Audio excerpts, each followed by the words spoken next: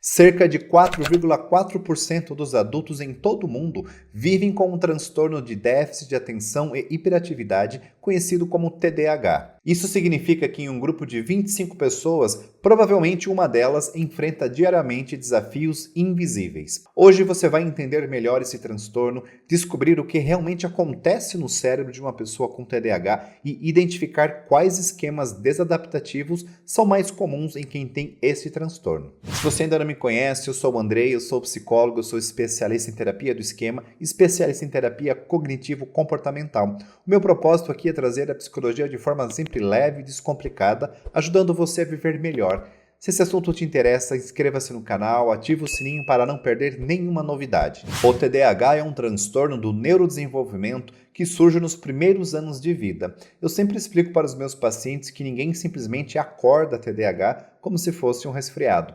Quem tem TDAH simplesmente nasce assim. As principais características são dificuldades com foco, hiperatividade e impulsividade.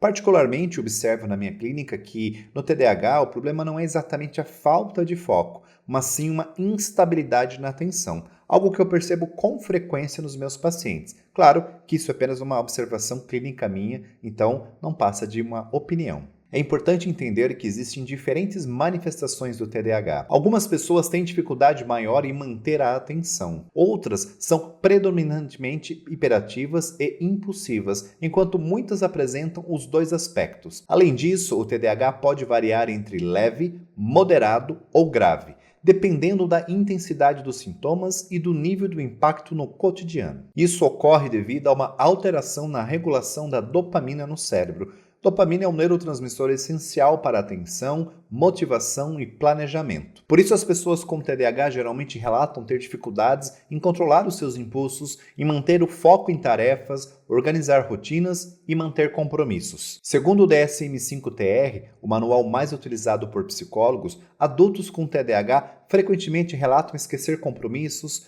começar tarefas sem finalizá-las, procrastinar excessivamente e sentir uma inquietação constante. Além da terapia, o tratamento medicamentoso pode ser indicado em alguns casos para ajudar no equilíbrio dessas funções cerebrais. É fundamental ressaltar que ninguém escolhe ter TDAH. Então, se você que está me assistindo tem ou suspeita ter TDAH, não se culpe ou se julgue por enfrentar esses desafios. Cada pessoa é única, cada pessoa tem os seus desafios, cada pessoa tem a sua história e cada pessoa tem a sua dificuldade para enfrentar. Por isso que o tratamento sempre deve ser personalizado para atender às necessidades específicas de cada pessoa. Outro ponto essencial é que, assim como todos os outros transtornos psicológicos, para um diagnóstico de TDAH, é necessário que existam prejuízos significativos no funcionamento social, acadêmico ou profissional, sempre acompanhados de sofrimento pessoal para o indivíduo. Além das dificuldades práticas do cotidiano, adultos com TDAH frequentemente desenvolvem padrões emocionais negativos conhecidos na terapia de esquema como esquemas. Na minha prática clínica, eu percebo principalmente alguns esquemas, entre eles o esquema do fracasso. O esquema do fracasso é aquela sensação constante de não ser capaz de alcançar os seus objetivos, sempre se comparando com os outros, sentindo sempre que está atrás. E também o esquema de defectividade e vergonha, onde a pessoa se sente inadequada ou inferior às outras. Outro padrão comum é o de autocontrole e autodisciplina insuficientes, caracterizado pela dificuldade em gerenciar os impulsos, emoções intensas e manter o foco nos objetivos. Porém, é importante ressaltar que, apesar de as características serem semelhantes à de um esquema, em pacientes com TDAH, elas refletem um funcionamento cerebral específico e não necessariamente um esquema emocional. Para ser considerado um esquema emocional propriamente dito, precisamos observar influências tanto temperamentais quanto ambientais na formação desses padrões. Então, esse esquema de autocontrole e autodisciplina insuficientes, ele é facilmente confundido em pessoas que têm TDAH. E por que esses esquemas são tão comuns em quem tem TDAH? Justamente porque, devido à baixa disponibilidade de dopamina no cérebro dessas pessoas,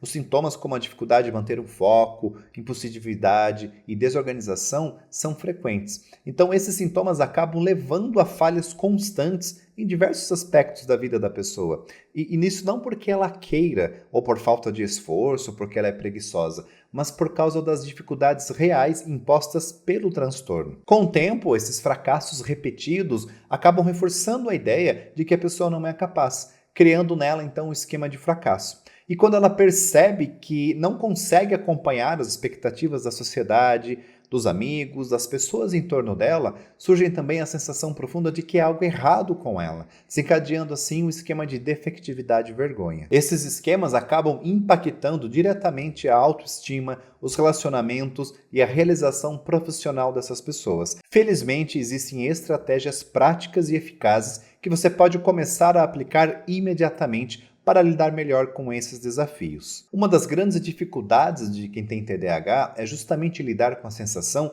de que o tempo escapa facilmente. Uma estratégia eficaz é usar agendas físicas, que funcionam como uma extensão prática da sua memória. Diferente das agendas digitais, as agendas de papel reduzem de forma significativa o risco de distração por notificações ou aplicativos. Além disso, configurar alarmes e dividir grandes tarefas em pequenas etapas ajudam a manter o foco e a proporcionar uma sensação de realização constante. Criar uma rotina clara para armazenar objetos importantes como chaves, documentos, carteira, celular, pode ser um divisor de águas. Escolha um local específico para guardar cada objeto e tente criar um hábito de sempre devolvê-los logo após o uso.